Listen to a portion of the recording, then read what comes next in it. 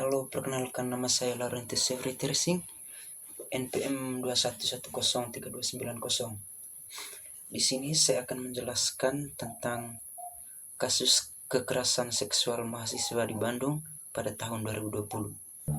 Pada tahun 2020, seseorang mahasiswa di Bandung yang berusia 19 tahun menjadi korban kekerasan seksual yang dilakukan oleh seorang dosen di kampus tempatnya belajar. Dosen tersebut merupakan pembimbing akademik korban dan memanfaatkan posisi kekuasaannya untuk melakukan pelecehan dan pemerkosaan. Pelaku sering mengancam korban agar tidak melapor kepada pihak berwajib atau siapapun. Kekerasan tersebut terjadi dalam beberapa kesempatan. Kasus ini pertama kali terungkap setelah korban akhirnya melaporkan kepada pihak yang berwenang dengan bantuan beberapa organisasi perempuan yang peduli terhadap kekerasan seksual.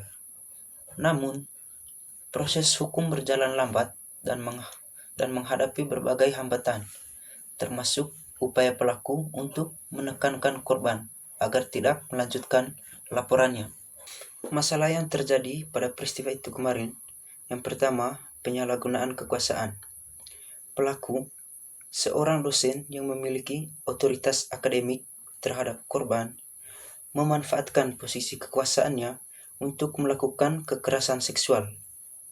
Hal ini jelas merupakan penyalahgunaan wewenang untuk melanggar etika profesi dan prinsip dasar kekuasaan yang harus digunakan untuk melindungi, bukan merugikan mahasiswa. Yang kedua, pelecehan seksual dan pemerkosaan. Kejadian ini adalah bentuk nyata pelecehan seksual dan pemerkosaan yang terjadi secara berulang-ulang. Kekerasan seksual ini jelas melanggar hak korban untuk merasa aman dan dilindungi, serta merusak martabat dan integritas korban sebagai individu. Yang ketiga, kurangnya perlindungan untuk korban. Sebagai mahasiswi yang berada dalam lingkungan akademik, korban seharusnya merasa aman dan mendapatkan perlindungan dari kekerasan, termasuk dari pihak-pihak yang memiliki posisi berkuasa di kampus. Tetapi dalam hal ini, sistem yang ada gagal memberikan perlindungan kepada korban. Bahkan, korban merasa terancam untuk melapor karena takut akibat tindakan balasan dari pelaku yang memiliki pengaruh besar di kampus. Yang keempat, stigma dan ketakutan untuk melapor. Korban menghadapi stigma sosial dan ketakutan yang besar untuk melapor karena takut dihukum atau dipersalahkan, yang merupakan salah satu hambatan utama bagi banyak korban kekerasan seksual di Indonesia. Proses hukum yang lambat dan tertutup.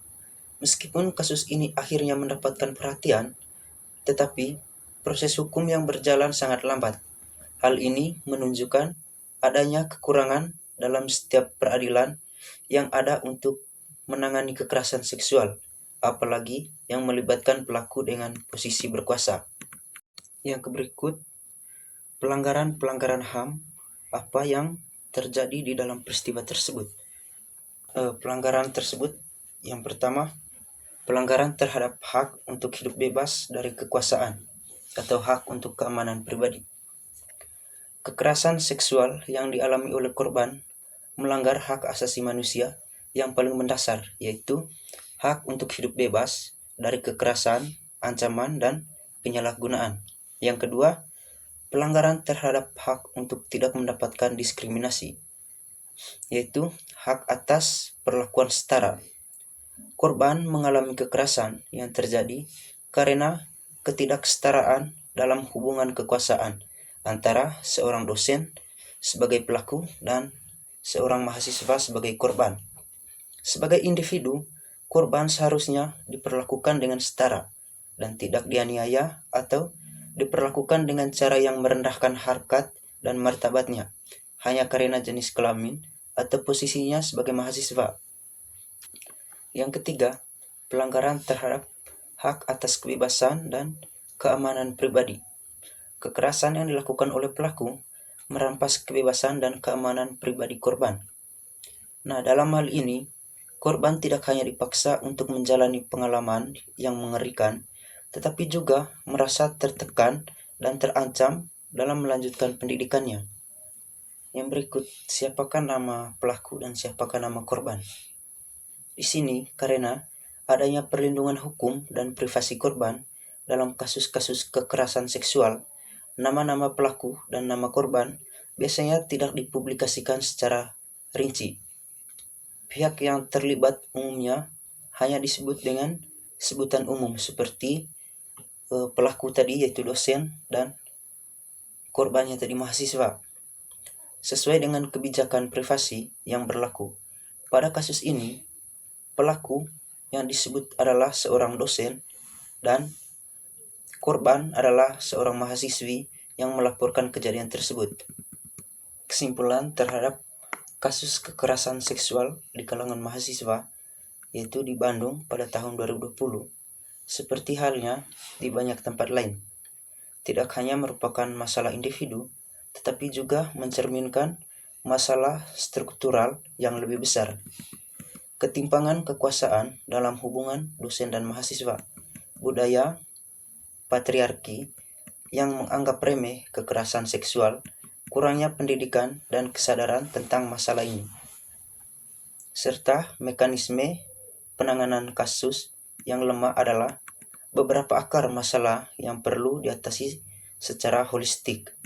Upaya untuk menciptakan kampus yang aman dan bebas dari kekerasan seksual memerlukan perubahan dalam kebijakan, pendidikan, serta penguatan sistem perlindungan dan penegakan hukum yang lebih tegas. Yang berikut, dampak bagi korban. Yang pertama, dampak jangka pendek. Trauma psikologis. Korban seringkali mengalami trauma psikologis segera setelah kejadian, seperti yang pertama kecemasan, ketakutan, rasa malu, atau kebingungan. Sedangkan yang kedua, trauma yang kedua, gangguan emosional dan kesehatan mental. Rasa takut, cemas, atau depresi yang dialami oleh korban bisa mempengaruhi kinerja akademik mereka, mengganggu hubungan sosial, dan merusak kepercayaan diri mereka. Dampak yang ketiga, stigma sosial.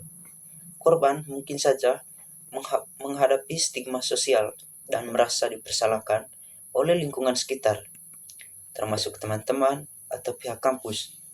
Hal ini dapat memperburuk kondisi psikologis korban karena mereka merasa tidak dipahami atau diabaikan. Yang keempat, perubahan perilaku. Korban dapat mengubah perilaku mereka baik dalam kehidupan sosial maupun dalam kehidupan akademik mereka. Aspek hukum dan HAM. Yang pertama, aspek hukum. Secara hukum, kekerasan terhadap mahasiswa dapat dianggap sebagai pelanggaran hukum baik menurut hukum pidana nasional maupun hukum internasional. Yang pertama, hukum pidana nasional. Menurut Kitab Undang-Undang Hukum Pidana atau KUHP Indonesia, kekerasan fisik dapat dijerat dengan pasal-pasal tentang penganiayaan. Pasal 351 KUHP dan penganiayaan berat. Yang kedua, pasal 354 KUHP yang mengatur mengenai hukuman bagi siapapun yang menyebabkan cedera pada orang lain dengan cara kekerasan. Yang kedua, hukum internasional. Pada level internasional, negara Indonesia sebagai negara pihak dalam konvensi internasional tentang penghapusan semua bentuk diskriminasi rasial dan konvensi internasional tentang hak sipil dan politik memiliki kewajiban untuk melindungi hak-hak terhadap individu. Menurut saya, masalah kekerasan seksual di kampus seperti yang terjadi di Bandung pada tahun 2020 itu membutuhkan solusi yang melibatkan berbagai pihak dan pendekatan yang menyeluruh. Pendidikan, kebijakan tegas, dukungan bagi seorang korban, serta perubahan budaya dalam kampus. Itu adalah langkah-langkah penting yang perlu diterapkan agar kekerasan seksual dapat diminimalisirkan. Untuk mencegah peristiwa serupa yang terjadi di masa depan, Langkah-langkah pencegahan yang sistematis dan terintegrasi perlu diambil oleh seluruh pihak kampus. Kebijakan yang tegas, pendidikan yang berkelanjutan, seluruh pelaporan yang aman, serta peningkatan kesadaran di kalangan mahasiswa dan staf adalah fondasi utama dalam menciptakan lingkungan kampus yang aman dan bebas dari kekerasan seksual. Kolaborasi antara kampus, mahasiswa, dan lembaga eksternal juga sangat penting untuk menciptakan perubahan yang berkelanjutan.